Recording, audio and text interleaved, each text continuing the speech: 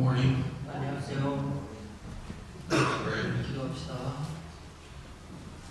Heavenly Father, we just thank you so much for Jesus. 하나님 아버지 예수님으로 인하여 감사드립니다. We thank you that you sent Jesus to the earth. 예수님을 세상에 보내주시니 감사합니다. We thank you that Jesus came here to this earth and taught us the truth. 또한 예수께서 오셔서 우리에게 진리를 가르쳐 주셨으니 감사합니다. And we give thanks to you, Father, for Jesus for giving his life for our sin. 예수께서 그의 생명을 위해 죄를 사하기 위해서 주셨음에 감사합니다. And we thank you, Father, for Jesus sending the Holy Spirit, 예수께서 성령을 보내주셔서 감사드립니다. the Comforter who abides in us. 우리 안에 거하시는 보혜사 성령님이십니다. Father, as we look at this sermon at Pentecost, we pray that the same Holy Spirit was present then will abide with us today.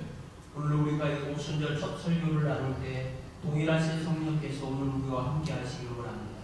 May your words be clear to our hearts and our mind. 우리의 마음과 심령에 주의 말씀이 분명하게 드러나게 하소서. Be with us now, Father. In Jesus' name we pray. 지금 우리와 함께 하시는 있습니다. 예수의 이름으로 기도하옵나이다. 아멘. In today's sermon, we're going to pick up on Peter. After he was at Pentecost, he's going to be explaining to his Jewish audience what they had just witnessed on this day of Pentecost. 예, 오늘 우리가 나눌 말씀은 베드로가 자기가 경험하고 느낀 모든 것을 오순절에 모인 유대인들 예루살렘에 있는 사람들에게 전한 그 내용을 나누는 것입니다. So Pastor Choi and Brother Les preached on this last week in verses 1 to 13. 저와 우리 레슬리 전도사님께서 지난주에 이 2장의 앞에 부분을 설교하셨죠. And Pastor Choi had pointed out in his sermon that with a supernatural he pointed out this supernatural manifestation of the Holy Spirit. 제가 지난주에 강조한 것은 성령의 특별하신 능력이 그들에게 나타나서 그들이 보아서 알게 되었다는 것입니다. And as that manifestation was happening, he pointed out that there was perplexity. Of course, the Scripture tells us that, but there was perplexity among those that were present. 예, 그때 그 성령의 능력이 나타나자 사람들 모두가 다 당황했다고 했습니다. And I also noted when I read his sermon that he pointed out that there was positive, neutral, and negative responses to what was going on that day. 그 설교에서 사람들은 세 가지 반응을 보였는데 긍정적인 반응, 중립적인 반응, 부정적인 반응이었습니다. Interestingly, these are common responses that occur when people witness things that are really hard to understand. 네, 특별히 그들이 이해하기 힘든 그런 상황에 이런 세 가지 반응이 나왔다는 게 참으로 놀랍습니다. As we go through the book of Acts, we're going to see these kind of responses to the gospel. 이 사도행전 우리가 앞으로 계속 볼 때마다 이렇게 복음에 대한 세 가지 다른 반응이 계속해서 나오는 것을 발견하게 됩니다. Some people respond with belief. 어떤 사람들은 믿음으로 반응하고요. Some will respond with unbelief. 어떤 사람은 불신으로 반응합니다. And some will remain neutral or indecisive. 어떤 사람들은 아직 결정하지 못하고 중립적인 반응을 취합니다. Of course, we know the best response is to believe. 물론 가장 좋은 반응은 복음을 믿는 반응이죠. But it's important to really understand what believing means. 그렇기 때문에 복음이 무엇을 의미하는지를 깨닫는 것이 가장 중요한 것입니다. But because some people, it appears that they believe, but later, sometime, they depart from the faith. 그래서 이 내용을 잘 모르는 사람들은 믿는 것처럼 처음에 보였지만 결국 믿음을 버리고 떠나가게 됩니다. And I thought about being neutral. 또 이제 중립적인 반응에 대해 생각해 보죠. What really does it benefit anyone if we remain neutral in response to the gospel? 복음에 대한 반응으로서 중립을 취하는 것이 무슨 유익이 있을까요? There is no benefit. 사실 유익이 없습니다. And the reason I say that is because we got to understand that we're not in control of the number of our days. 왜냐하면 우리의 남은 날에 대해서 우리가 알 수 없고 그것을 우리가 조절할 수 있는 것도 아닙니다. We don't know when our last day, our 우리는 last 언제 moment is on this earth. 우리의 날이 이 지구상에서 몇 년이 남았는지 몇 달이 남았는지 모릅니다. Now, at the same time, the negative response, that's the worst response. 가장 나쁜 반응은 역시 부정적 반응이겠죠. And sometimes negative response manifests in mockery, like we see. 우리가 지난주에 본 것처럼 이렇게 부정적인 반응 중에 일부는 또한 조롱하는 반응으로 나옵니다. But an extreme demonstration of this negativity is when Christians are martyred or killed for their faith. 이런 부정적인 반응이 가장 극심하게 나오는 것이 그리스도인들이 그로 인하여 순교하게 되는 상황입니다. But even Paul knows that there is still hope. There's still hope for everyone. That grace can turn us who are bad into good. 우리가 사도 바울의 회심의 경험에서 보는 것처럼 그렇게 부정적인 반응을 보이는 사람들에게도 분명한 그들이 다시 복음으로 돌아올 희망이 있다는 사실을 우리는 알고 있습니다. When the Holy Spirit descended on Pentecost, 이제 성령께서 오순절에 내려오셨을 때 the gathering crowd was perplexed, as we said. Some were amazed. 어떤 사람들은 심히 놀라고 어떤 사람은 심히 당황했습니다. And while others were still mocking, and they witnessed people speaking in many different languages. 예, 그 제자들이 여러 가지 언어로 말하자 어떤 사람들 그들을 조롱하고 놀려댔습니다. And in their mockery, they said they were drunk. 예, 그런 그 조롱 중에 반응이 바로 그들이 술 취했다는 것입니다. Now, when we look at this day of Pentecost, we remember that about 7 weeks prior to this, it was Peter that denied Jesus 3 times. 우리가 이걸 거꾸로 돌아가 보면 이 오순절 오기 불과 7주 전에 베드로는 예수님을 부인하고 있었습니다. But today we witness a Peter who is transformed by the power of God. 그러나 오늘 우리는 베드로가 하나님의 능력으로 변화된 것을 볼 수 있습니다. The same Peter that denied him 3 times is now a bold messenger of Jesus Christ. 이제 예수 그리스도를 3번이나 부인했던 그 베드로가 바로 예수님을 담대하게 전하는 증인이 되었습니다. And so if we think about Peter denying him 3 times, we also know that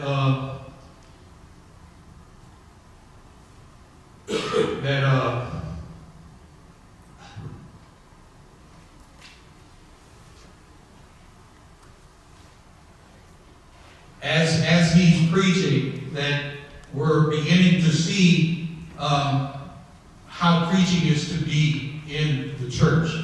The form of preaching, the Christian preaching, is being spoken in the church. 베드로가 이렇게 복음 설교한 이 첫 번째 설교로 보면 앞으로 2000년 동안 교회가 바르게 전해야 될 복음의 핵심이 무엇인지가 이 설교에 드러나게 됩니다. And this is because the Holy Spirit is being poured out on God's people. 왜냐하면 하나님께서 성령을 그의 사람들에게 쏟아 부어 주셨기 때문입니다. So in this moment, Peter is going to explain to the crowd what they've been witnessing. 그래서 사도 베드로는 그 자리에 오순절에 모인 사람들에게 자신이 경험한 것을 바르게 예수에 대해서 증언하는 것입니다. The Holy Spirit in its power is always meant to point us to Jesus and to the truth. 성령께서 하시는 일은 언제나 우리를 예수께로 진리로 인도하시는 것입니다. Let's look at some of the words that Jesus spoke in regards to this in John 16. 여러분 그 주보에 나온 대로 요한복음 16장에 예수께서 성령에 대해서 뭐라고 말씀하시는지 알 수 있습니다. And he's speaking to his disciples. He says in verse 13 to 14. 여러분 요한복음 16장 13절 14절에서 예수께서 성령이 무엇을 하시는지를 명확하게 말씀해 주셨습니다. He says, "But when He, the Spirit of truth, comes, He will guide you into all truth. He will not speak on His own. He will speak only what He hears, and He will tell you what is yet to come." 그러나 진리의 성령이 오시면 그가 너희를 모든 진리 가운데로 인도하시리니 그가 스스로 말하지 않고 오직 들은 것을 말하며 장래일을 너희에게 알리시리라. And listen, in verse 14 it says, "He will glorify me because it is from me that He will receive what He will make known to you." 자, 14절 보세요. 그가 내 영광을 나타내리니 내 것을 가지고 너희에게 알리시겠습니다 했습니다. Every preacher from this first sermon until now depends on the Holy Spirit and the power of the Holy Spirit to stand before people and tell them this is who God is and this is how He wants you to live. 그러니까 이 베드로의 첫 설교 이후에 모든 설교자는 사람들 앞에 서서 성령의 충만함을 받아서 예수는 누구신가를 명확하게 진리는 무엇인가를 명확하게 전하는 것, 그것이 바로 전도자, 설교자의 사명이 되었습니다. With that in mind, we may the Holy Spirit that came at Pentecost be present with all of us here so our hearts can be attentive to the message that He has for us. 그래서 2000년 전 AD 30년 오순절에 임하셨던 그 성령으로 인하여 예수가 온전히 드러나는 것처럼 오늘 우리도 이 설교를 통하여서 예수님을 온전히 만나기를 바랍니다. And we're going to first look at Peter's explanation. He says in verses 14 to 21, let me explain this to you. 저는 오늘 이 본문을 셋으로 나눠서 먼저 14절부터 20일까지의 제목을 이 일을 너희로 알도록 설명하겠다는 이 베드로의 말을 가지고 이 세 대지의 첫 번째 대지를 나누겠습니다. So recently Matthias was added to the number of the 12, and so Peter said, it says, then Peter stood up with the 11, raised his voice and addressed the crowd. Fellow Jews and all of you who live in Jerusalem, let me explain this to you. Listen carefully to what I say. 14절에 베드로가 11사도와 함께 있어서 소리를 높여 이르되 유대인들과 예루살렘에 사는 모든 사람들아 이 일을 너희로 알게 할 것이니 내 말에 귀를 기울이라 했습니다. 7 weeks prior to this, like I said, we could see in Matthew 26 that Peter told Jesus that he would not deny Him. 이 일이 있기 불과 7주 전에 예수께서 잡히시던 날 밤에 베드로는 그 예수님을 명확하게 3번 부인했습니다. But Jesus told Peter that before the rooster crowed that he would deny Him 3 times. 그러나 예수님은 그런 일이 있기 전에 바로 베드로에게 오늘 밤에 네가 다 물기 전에 나를 3번 부인하리라고 분명히 베드로에게 말씀해 주셨었습니다. Sometime later after this, Jesus went into the garden to pray. 그리고 그 사이에 예수께서는 제자들과 함께 겟세마네 동산에 가셔서 기도하셨죠. And as He went into the garden to pray, He told His disciples to keep watch while He prayed. 그러면서 예수께서는 제자들에게 내가 기도하는 동안에 깨어 있으라고 그렇게 부탁하셨습니다. Jesus told Peter he would deny Him 3 times. 그리고 베드로에게 네가 나를 3번 부인하리라고 이미 말씀하셨죠. Jesus prayed 3 times. 그리고 예수님께서는 또 3번 기도하셨죠. Jesus came back and found Peter sleeping 3 그러나 올 times. 때마다 3번마다 계속 제자들이 돌아올 때마다 베드로와 그 제자들은 잠들어 있었죠. Rather than keeping watch, the one who said he would not deny Jesus fell asleep 3 times. 네가 나를 3번 부인하리라라는 말을 들은 제자로서 예수님을 부인하지 않기 위해서 기도해야 되는데 그는 기도하는 대신에 잠을 잤습니다. And after Jesus was taken away to be crucified, Peter did exactly as Jesus said he would do. 예수님께서 잡히시고 십자가를 지셔야 될 그 입장에서 베드로는 예수께서 말씀하신 그대로 예수님을 3번이나 부인했습니다. He denied Him 3 times after falling asleep 3 times shortly before that. 그러니까 그는 3번 부인했고 3번 부인하기 전에는 3번 잠들었습니다. And so in verse 74 and 75 of Matthew 26, we can kind of see Peter's reaction when he realizes what he just did. 그가 했던 일을 돌이키면서 마태복음 26장 74절 75절에는 그의 반응을 이렇게 기록하고 있습니다. In verse 74 it says, then he began to call down curses and he swore to them, I don't know the man. Immediately a rooster crowed. 그가 저주하며 맹세하여 이르되 나는 그 사람을 알지 못하노라 하나니 곧 닭이 울더라. Then Peter remembered the word Jesus had spoken. Before the rooster crows, you will deny me 3 times. And he went outside and wept bitterly. 이에 베드로가 예수의 말씀에 닭 울기 전에 네가 3번 나를 부인하리라 하심이 생각나서 밖에 나가서 심히 통곡하니라. Later, in John, in chapter 21, after his resurrection, Jesus asked Peter 3 times if he loves him, and Peter responds by telling him, you know that I love you.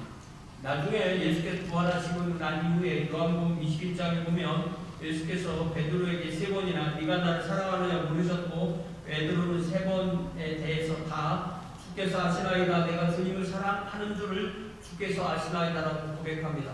I'm so glad that those words are recorded in the scripture.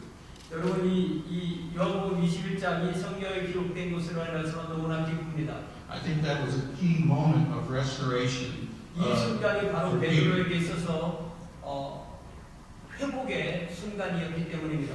So on Pentecost, we come here today. Peter is no longer the same person. 이제 오순절이 이르러서 베드로는 더 이상 그 이전의 베드로가 아니었습니다. The Holy Spirit has descended, and now Peter is going to be preaching boldly before people that really are responsible for Jesus' death. 그 베드로에게 성령이 임하시다. 베드로는 담대하게 그곳에 모인 사람들에게 예수님에 대하여 증언했습니다. From hiding to boldly preaching.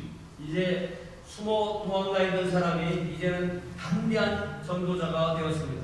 So in chapter 1, we saw Peter, he was leading in the eventual appointment of Matthias to replace Judas. 우리가 1장에서 본 것은 베드로가 가룟 유다를 대신하는 12번째 사도를 뽑기 위해서 제자들과 함께 마띠아를 선출한 것을 보았습니다. And now he's gathered to a great crowd that's mostly Jews in his audience, and as the Holy Spirit is being poured out in the same Jerusalem that killed him just less than 2 months ago.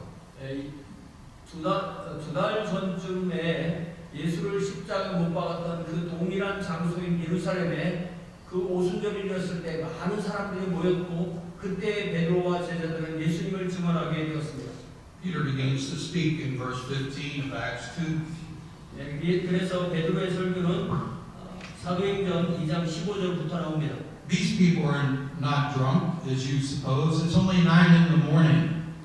때가 제3신이 3시에다 6을 더하면 9시거든요. 그게 오늘의 시간법입니다. 때가 제3신이 너희 생각과 같이 이 사람들이 취한 것이 아니라. In verse 16 he says, no, this is what was spoken by the prophet Joel. 이는 곧 선지자 요엘을 통하여 말씀하신 것이니 이렇으되. So before he began his sermon, he addressed a negative response of mockery.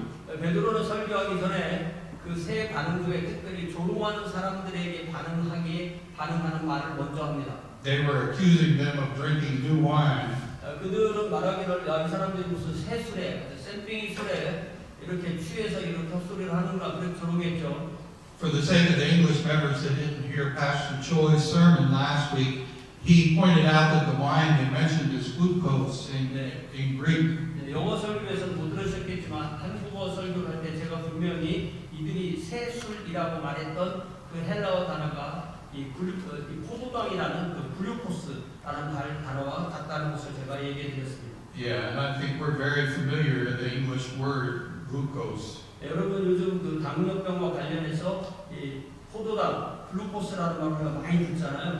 그 단어가 여기 나온 단어와 똑같습니다. And so Pastor Choi pointed out that it referred to sweet wine, freshly pressed grape juice that is not yet fully fermented. 그래서 이거는 아주 값비싼 포도주인데 아직 충분히 발효가 되지 않고 그냥 포도에서 갓 짜낸 달콤한 새 포도주를 부를 때 그것을 글루코스라고 합니다. Really high sugar content. 그래서 결국은 알코올 기운은 없지만 대신 당도가 상당히 높은 그런 신선한 포도주 내주는 포도주를 글루코스라고 합니다. Now, I don't know. I mean, to me it doesn't make sense, but in some cultures it might be okay to drink early in the morning. 뭐 어떤 문명에서는 어떨지 모르겠지만 어쨌든 제가 알는 한 아침 일찍부터 술을 마시고 취한다는 것은 되게 이상한 일이죠.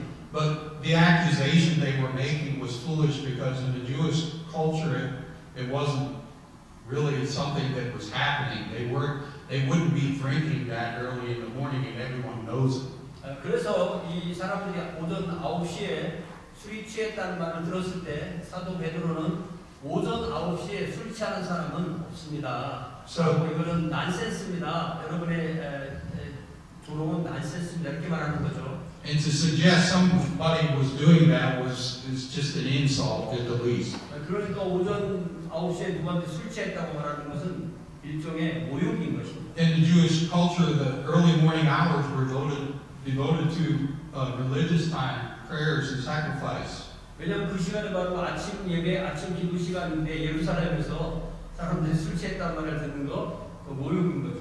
So after Peter dismisses that, he turns to his sermon. 그러면서 그는 바로 그 말을 한 뒤에 성경으로 돌아가는 설교를 시작합니다. And what do you know? The first thing he does when his sermon is he goes to the Old Testament. 그는 바로 구약 성경으로 돌아가서 증언하기 시작합니다. And he goes to Joel chapter 2, 28 to 32. 그것이 바로 요엘 2장 28에서 32절이죠. Now he's giving an explanation as to what happened this day. 그래서 결국 이게 지금 일어난 일이 무엇인가를 성경에 근거해서 설명하는 것입니다. The best source to understand what supernatural events are, to find out what they are, is Scripture. 그래서 이렇게 일어난 일에 대해서 잘 설명해 주는 책도 역시 성경입니다. And the best teacher of Scripture is Scripture itself. 그래서 우리가 많이 하는 말이 바로 성경이 성경의 최고의 교사다. 성경을 이해하려면 성경을 알아라. 이런 그런 이 근원이 있습니다.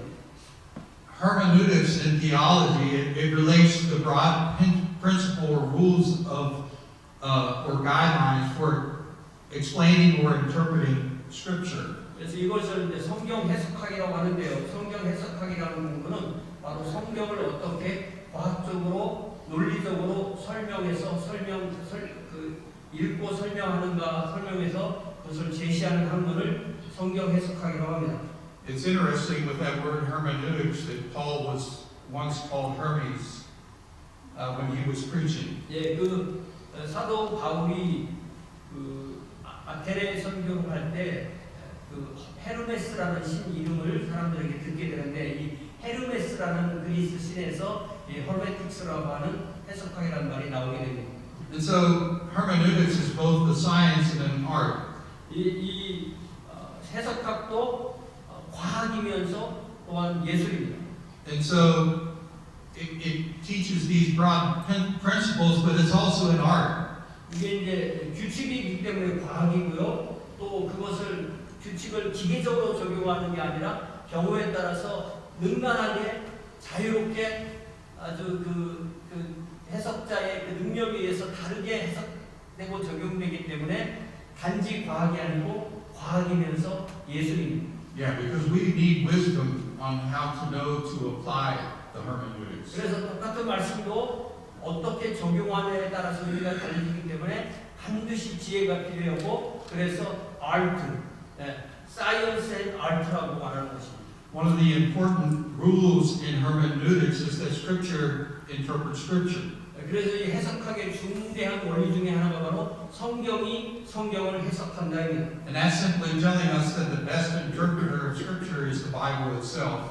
그러니까 이 해석자는 자기 해석을 집어넣는 것이 아니라 지금 신약 시대에 일어난 일이 구약 시대에 어떤 예언이 일어난 것이 어떤 예언에서 일어난 것이라는 것을 구약 성경을 보고 그것을 제시해 주는 것이 최고의 해석이 될 수 있다는 말씀입니다. As we go through the book of Acts, we can see clearly that as the words were being written, there's a clear relationship of the then, the Old Testament, and the now, the New Testament. 그래서 우리가 앞으로 사도행전을 볼 때마다 이 사도행전에 나오는 등장인물들이 어떤 일에 대해서 말씀하실 때 그때 즉 구약 성경에 이렇게 한 것이 지금 이 사도행전 이 현장에서 어떻게 이루어졌다고 그때와 지금으로 설명하는 그런 예들을 많이 보게 됩니다. So we see this right at the beginning of Peter's first sermon.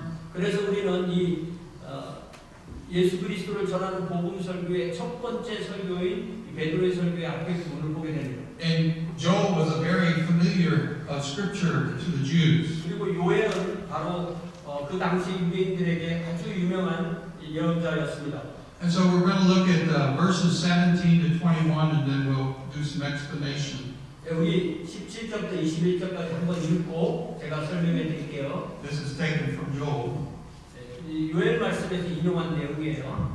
It says, in the last days, God says, I will pour out my spirit. This is his explanation. I will pour out my spirit on all people. Your Your sons and daughters will prophesy, your young men will see visions, and your old men will dream dreams. 하나님이 말씀하신 그 말세에 내가 내 영을 모든 육체에 부어주리니 너희의 자녀들은 예언할 것이요 너희의 젊은이들은 환상을 보고 너희의 늙은이들은 꿈을 꾸리라. Even on my servants, both men and women, I will pour out my spirit in those days, and they will prophesy. 그때에 내가 내 영을 내 남종과 여종들에게 부어주리니 그들이 예언할 것이요. I will show wonders in the heaven above and signs on the earth below, blood and fire and billows of smoke. 또 내가 위로 하늘에서는 기사를 아래로 땅에서는 징조를 베풀리니 곧 피와 불과 연기로다. The sun will be turned to darkness and the moon to blood before the coming of the great and glorious day of the Lord. 주의 크고 영화로운 날이 이르기 전에 해가 변하여 어두워지고 달이 변하여 피가 되리라. And everyone who calls on the name of the Lord will be saved. 누구든지 주의 이름을 부르는 자는 구원을 받으리라 하였느니라. And so Joel, which we'll talk more about, but he predicts that in the last days the Holy Spirit will be given. 그래서 요엘의 이 설교의 핵심이 시작되는 말이 말세에 하나님께서 성령을 부어 주시리라는 말씀입니다. So most Bible scholars place the book of Joel happening within the 9th or 8th century BC. 보통 많은 성경학자들은 요엘의 시대를 주전 9세기나 8세기로 위치합니다. In the book of Joel, it describes a catastrophic plague of locusts and severe drought as a manifestation of God's judgment on the people. 요엘은 하나님의 심판에 대해서 얘기할 때 그 심판의 주 내용이 바로 거대한 메뚜기 재앙과 가뭄에 관한 것입니다. It was mainly the southern kingdom of Judah.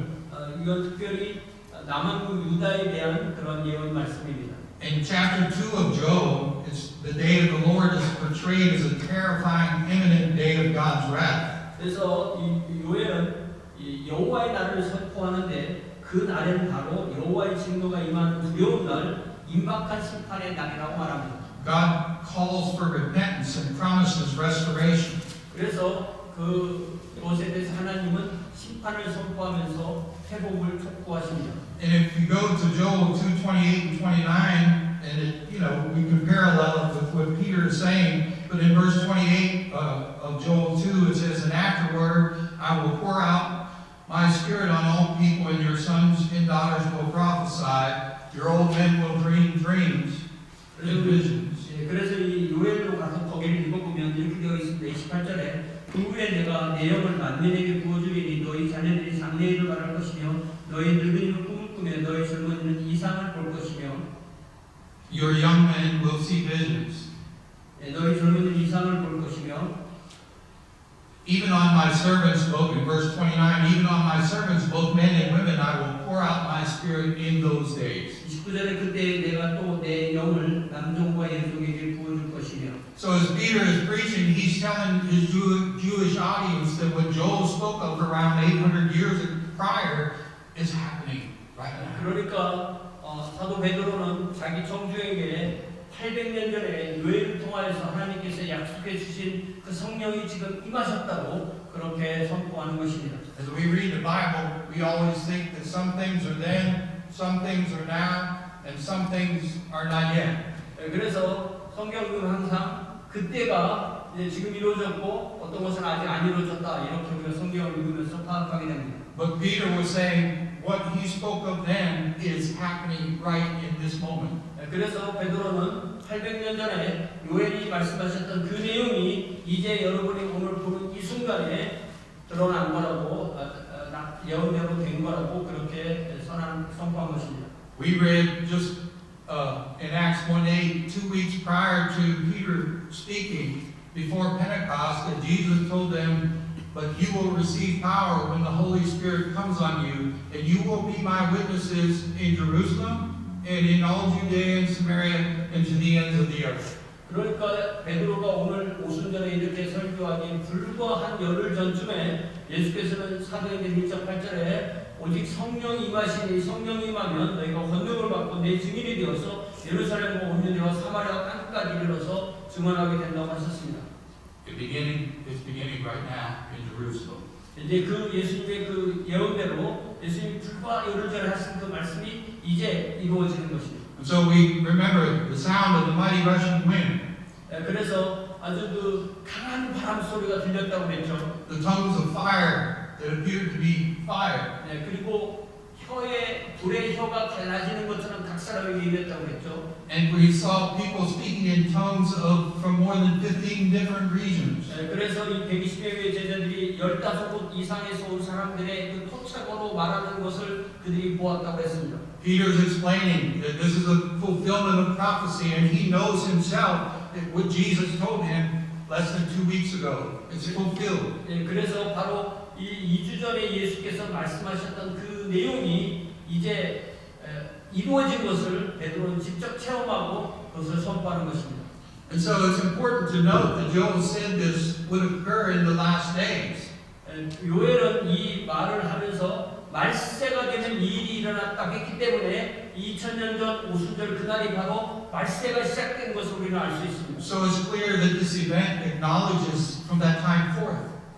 We see last days. We're in the last days. 그렇기 때문에 그때부터 지금까지 세상은 항상 말세입니다. In Joel 30 to 32 it says, I will show wonders in the heavens and on the earth, blood and fire and billows of smoke. 계속해서 30절에 내가 이적을 하늘과 땅에 부풀리니 곧 피와 불과 연기 기름이라. The sun will be turned to darkness and the moon to blood before the coming of the great and dreadful day of the Lord. 여호와의 크고 두려운 날이 이르기 전에 해가 어두워지고 달이 핏빛같이 변하려니와. And everyone who calls on the name of the Lord will be saved.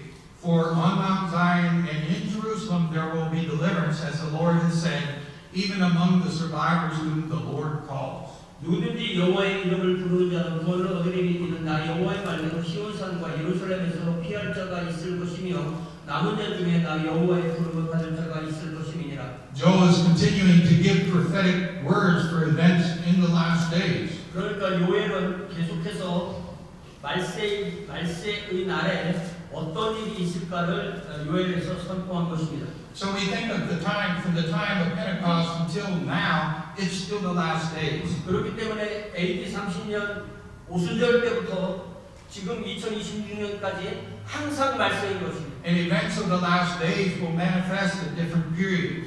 그렇기 때문에 이 말세의 어떤 시기에 어떤 역사가 서로 다른 역사가 계속 일어나는 것입니다. But an important thing to keep in our mind when we hear words like Joel saying, speaking of the dreadful day of the Lord, is we have to think about it not being far away, but near. It's better for us to think that it's near. 우리가 2000년 동안 알았으니까 앞으로도 안 오겠지라는 것이 아니라 2000년이나 지나갔기 때문에 그날이 더욱 가까웠다고 여호와의 두렵고 심한 심판이 있을 그때가 올 것이라고 우리는 생각해야 되는 것입니다. In fact, it's best for us to think that it could happen right now. 왜냐하면 지금 그 심판의 날이 임할 수 있기 때문입니다. And so that's really important to understand. 이것이 바로 말세를 이해하는 가장 핵심입니다.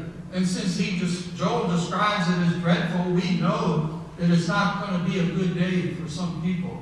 이게 두려운 날이라고 했기 때문에 어떤 사람들에게 구원받는 은혜의 날이지만 어떤 사람들은 결코 좋은 날이 아닙니다. So the message for Joel, the message for Peter, the message for us is to repent now. 그러니까 요엘이 전한 메시지나 베드로가 전한 메시지나 오늘 내가 전하는 메시지 모든 것이 다 회개하라는 메시지입니다. There's a present sense for call to action when we see the day of the Lord. 그것이 바로 우리는 항상 여호와의 날이 우리 앞에 있다는 것을 생각하고 회개하는 그 자세가 우리에게 중요한 것입니다.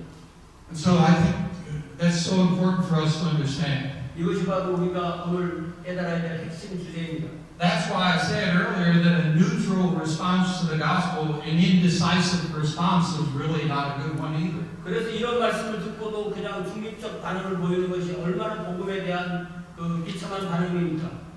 Now, I'm going to talk about the word Lord here, and Pastor Choi will probably explain it much better in Korean than I can explain, but I'm going to do my best. 여기에 그 구약 성경의 여호와라는 말이 어떻게 신약 성경에 주로 왔는지에 대해서 제가 말씀드리겠습니다. But as we look at the Lord, the word Lord, when Peter spoke in Acts 2:20 and 21, it's brought to our attention that it's a little different the way Joel quoted it.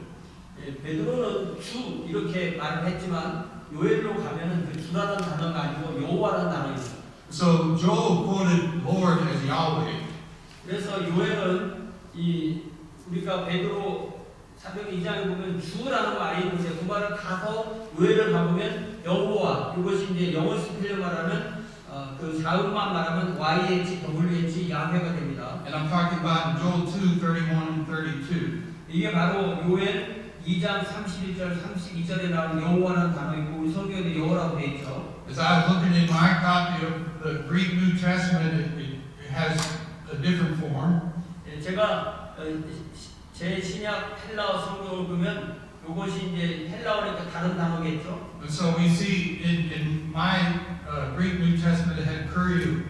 그게 이제 헬라어 성경에서는 주라는 단어가 퀴리오스 이렇게 나옵니다. And it comes from the genetic singular form of kurios. 그래서 이제 단수 주격이 퀴리오스이고 이것이 이제 주의 소유격해서 퀴리우 이렇게 나오고 주의 그런 단어가 되는 And 겁니다. that's the word Lord being used in chapter 2, 20 to 21. 네, 그것이 바로 그 사도행전 2장에 나오는 그 주라는 단어의 헬라어 단어입니다. And now I know some of you are going to be looking at your Bibles and you're going to see a different form of the Lord in Acts 2 because some translations put the same spelling as Joel had. 네, 어떤 신약 성경은 이 여호와라는 이 구약 성경을 반영한 그런 주라는 단어를 쓴 영어 성경도 있습니다. But Peter's speaking. 그러나 베드로가 말할 때 그는 주라는 단어를 쓴 거죠. And Greek New Testament writers frequently quoted from the Greek Septuagint. 그런데 이 구약 성경과 신약 성경이 있기 전에 주전 250년경에 히브리어 성경을 헬라어로 번역한 성경 70인역이 있는데 그 70인역에서 신약 사람들이 주로 같은 헬라어니까 주로 인용을 했습니다.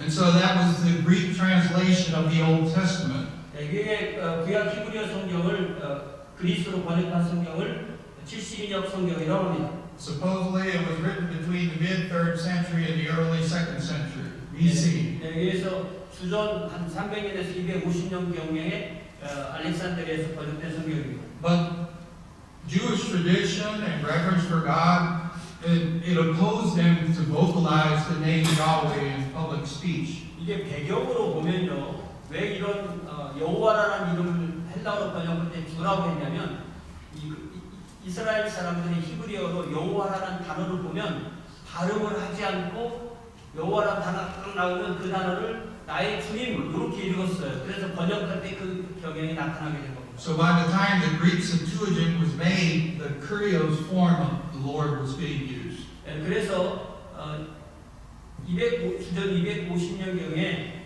헬라어로 히브리어 성경을 번역할 때 여호와라는 단어를 아예 빼고 그 단어가 나오면 주라는 단어로 바꿔서 번역한 겁니다. But Peter is really connecting the calling on the Lord Yahweh to calling on Lord Jesus.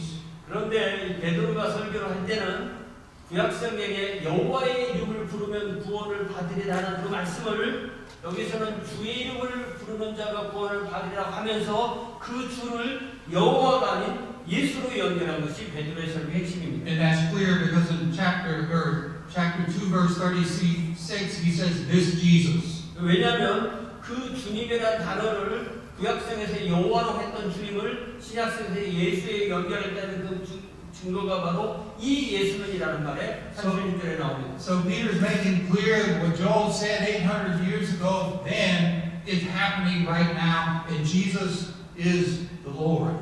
그래서 결국 베드로가 말하는 설교의 핵심은 800년 전에 여호와께서 말씀하신 이 여호와의 두려운 날이 그 여호와가 바로 예수로 이렇게 드러나는 예수님이 주님이 되시는 그것을 선언한 것이 베드로의 설교의 핵심입니다. The urgent message to all people from then till the time that Peter spoke, from the time Joel spoke, to the time that Peter spoke, to even now, is to call on the name of the Lord. 그렇기 때문에 구약 요엘이 말할 때는 여호와의 이름을 부르는 여호와의 이름을 부르면 구원을 받는 것이었는데 베드로가 설교할 때는 그 여호와가 주님이고 주님이 예수님이니까 예수의 이름을 부르는 자가 구원받게 된다는 것이 베드로 설교의 핵심입니다. Through the work of His Holy Spirit and the preaching of the gospel, God calls on us. 그래서 이렇게 성령이 임하셨을 때 그 성령께서 우리에게 예수 이름을 부름으로 믿고 구원받으라고 선포하는 것입니다. Just as God calls on us, we have to call on Him. 그래서 하나님께서 우리를 부르실 때 바로 우리의 반응은 예수 이름을 부르는 것으로 드러납니다. We have to believe in Him. 우리는 예수를 믿어야 합니다. We have to repent of our sins. 우리의 죄를 회개해야 됩니다. We have to confess, Lord, Jesus is Lord. 그리고 또한 예수님이 영광의 주님이심을 고백해야 됩니다. And everyone that does that with a sincere heart will receive the Holy Spirit. 그 마음에 신실한 마음으로 예수를 주님으로 부르고 예수님의 구원을 청하는 그 사람이 바로 구원받습니다. From that day forth, He will change your life. 바로 그 순간부터 그의 삶이 변하기 시작합니다. Second, we're going to look at verses 22 to 23. 이제 두 번째 베드로 사도행전 2장 22절 23절을 보겠습니다. There's Peter in his boldness in his preaching, he's giving an accusation. 이제 그는 이 복음을 통하여서 유대인들이 잘못한 것을 명확하게 드러냅니다. Speaking to this crowd of people that we find that 3,000 later would be saved, but he's speaking to this crowd. He said, and you, fellow Israelites, listen to this. Jesus of Nazareth was a man accredited by God to you by miracles, wonders, and signs, which God did among you through him, as you yourselves know. 이 22절 이 설교를 듣는 이 이스라엘 사람들이 이 설교를 듣고 난 후에 예수님을 처음 믿은 그 3,000명의 그 사람들이 이 안에 들어있는 거예요. 이스라엘 사람들아 이 말을 들어라. 너희도 아는 바와 같이 하나님께서 나사렛 예수로 큰 권능과 기사와 표적을 너희 가운데 베푸사 너희 앞에서 그를 증언하셨느니라. He did all these miracle signs and wonders. 여기 22절에 예수께서 큰 권능과 기사와 표적을 너희 가운데서 베푸셨다고 하셨습니다. I'm getting away from my sermon, but I just wanted to say that some people say, God, if you just show me a sign, I'll believe. 어떤 사람들은 하나님 권능과 기사 표적을 보여주세요. 그러면 믿겠습니다라고 말합니다. They saw all they needed to see.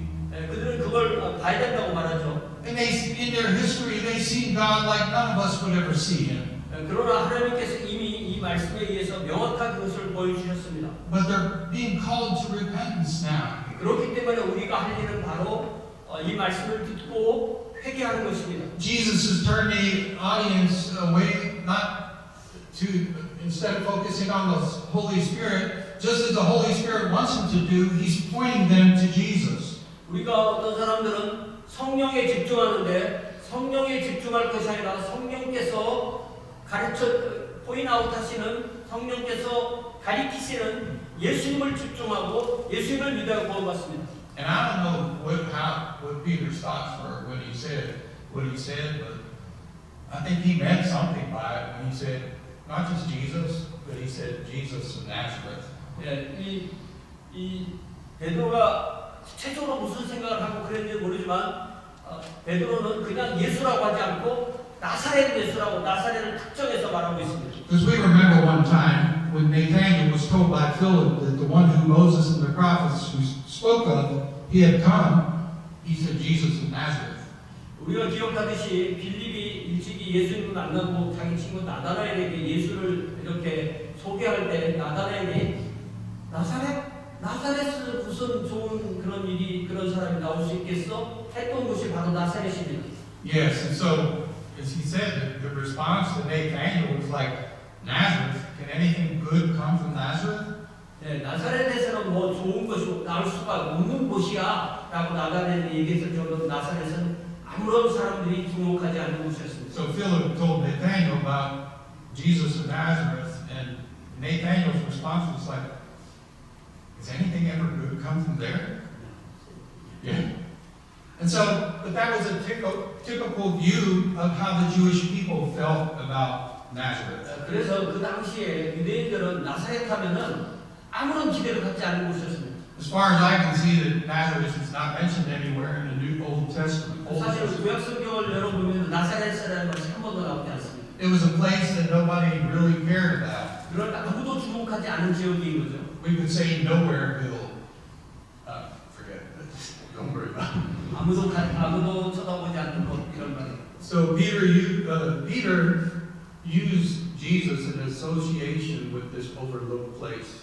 결국 베드로는 예수님의 고향이 아무도 관심 갖지 않는 그런 천한 곳이라고 말하는 거죠. And so as he's speaking to the Jewish audience, he tells them, he did all these miracles, signs, and wonders. He did all this among you. 그렇지만 그 나사렛 예수가 바로 하나님께서 보내신 종이고 그렇기 때문에 그가 여러분 앞에 권능과 기사 표적을 이루었다는 것을 하나님이 증언하셨다고 말합니다. This is Peter's explanation. 이것이 바로 베드로의 해설입니다. Miracles are displays of supernatural power. 결국 이 기적이라는 것은 초자연적 현상이 일어나는 거죠. Signs point to something else. They point to a deeper spiritual truth. 결국은 이 과학은 그냥 그것을 말하지만 성경이 말하는 그것이 왜 어떻게 하나님의 뜻에 의해서 일어나는지를 말합니다. And so I think this is so important for us to keep in mind. 이런 것을 우리가 좀 마음에 담아두면 좋겠어요. And so when you're driving down the highway, you see a sign.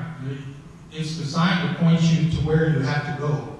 여러분 그 사인이라는 것은요, 사인 그거만 붙고 있는 게 아니에요. 사인을 보고 사인이 얘기해 주는 곳으로 가야 되는데 어떤 사람은 그 사인만 붙고 있는 거예요. 그럼 영원히 못 가는 겁니다. 우리가 표적을 구하는 게 마치 그런 것 같다는 거죠. But Peter goes on as he speaks to talk about the death, resurrection, and eventually, as next week we'll see, he gets to the exaltation of Christ. 그래서 베드로는 여기 시작해서 예수님의 죽음과 부활에 대해서 그리고 예수님께서 승귀, 영광스러운 자리에 오르시는 것에 대해서 계속 얘기하게 됩니다. But as he speaks, we see the relationship between God's sovereignty and human responsibility. 그렇지만 이 본문에서 베드로는 하나님의 주권적으로 베풀어 주실 복음과 그에 대해 사람이 어떤 반응을 보여야 되는지에 대해서 분명히 선포하고 있습니다. Because he tells them that it was God's deliberate plan for Jesus to be handed over to them to be crucified. 그래서 예수님은 그들을 구원하시기 위해서 십자가를 지시고 죽으셨다고 분명히 선포합니다. His death was not a tragic accident or defeat.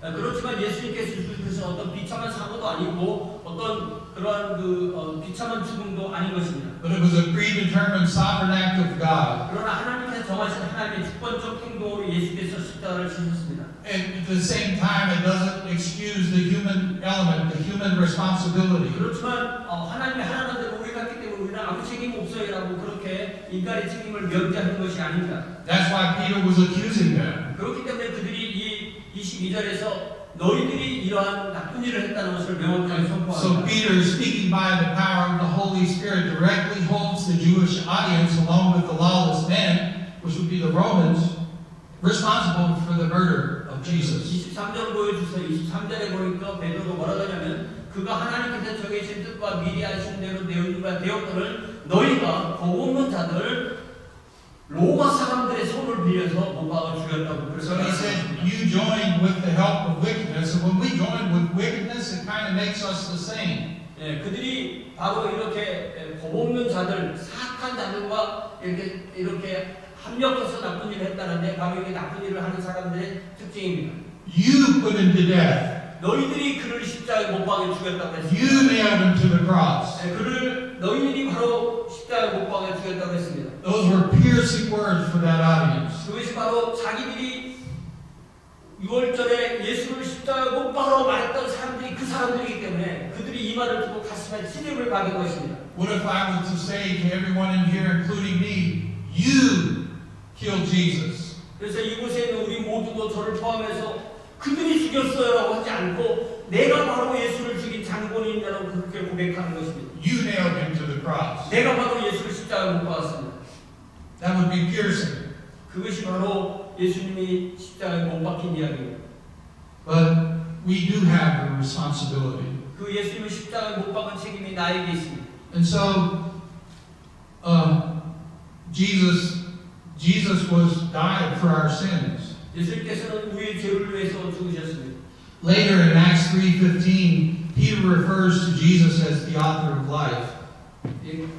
그 뒤에 사도행전 읽어보면 바로 예수님은 바로 베드로 말하기를 생명의 주를 너희가 죽였는데 예수를 십자가에 죽으시고 부활하신 그분을 생명의 주 그렇게 부릅니다. Again, he's accusing his audience. 그러면서 생명의 주를 너희가 죽였도다라고 그렇게 그의 그 청중들의 죄를 고발합니다. In Acts 3:15, he said, "You killed the author of life, but God raised him from the dead. We are witnesses of this." 거기에 그 3장 여러분 사도행전 3장 15절에 보면 생명의 주를 죽였도다. 그러나 하나님이 죽은 자 가운데서 그를 살리셨으니 우리가 이 일의 증인이라고 선포합니다. Now we know that none of us were there, and none of us were participating in killing Jesus or nailing him to the cross. 우리가 역사적으로 보면 우리 중 아무도 그 자리에 있지도 않고 아무도 우리가 예수님 십자가에 못 박은 장로인들은 아닙니다. But Peter was telling them they killed the author of life. 그들이 생명의 주를 죽였다고 베드로가 말했죠. Jesus was sinless. 예수님은 죄가 없으신 분이셨습니다. He was the author of life. 그분은 생명의 주인이십니다. Death had no legal or physical claim to hold him down. 사망은 그를 죽음 속에 붙들어올 능력이나 아무런 권한이 없습니다. And so his resurrection is also an authentication of the truth of God's word. 바로 예수께서 부활하시면서 이렇게 하나님의 말씀이 분명하게 드러나는 것입니다. It's an authentication that all the things that the prophet spoke of had come to be true. 이렇게 우리가 이 말씀을 볼 때마다 하나님의 말씀이 진리로 드러나는 것을 체험합니다. And even the words that go all the way back to Genesis 3:15. 그리고 이 말씀이 입증되는 것은 구약성을 쭉 올라가면 최고 먼저 나온 말씀이 바로 창세기 3장 15절입니다. What do we take away? 예. What's the conclusion? 자, 이제 우리가 결론을 맺어야 되죠. If you have the Bibles, turn to Colossians 3. 자, 우리 골로새 3장을 보시기 바랍니다. Yeah. So in closing, we can see that the first sermon of the church. 예, 우리가 이 오순절에 베드로가 설교한 이 첫 번째 복음 설교의 앞부분을 보았죠. The importance of the preaching, including the life, death, and resurrection of Christ. 이렇게 복음 설교는 반드시 예수님의 생애와 예수님의 죽으심과 예수님의 부활이 포함되게 되어 있습니다. As we continue through this first sermon, the first gospel message, Peter is going to elaborate more on passages from Psalms.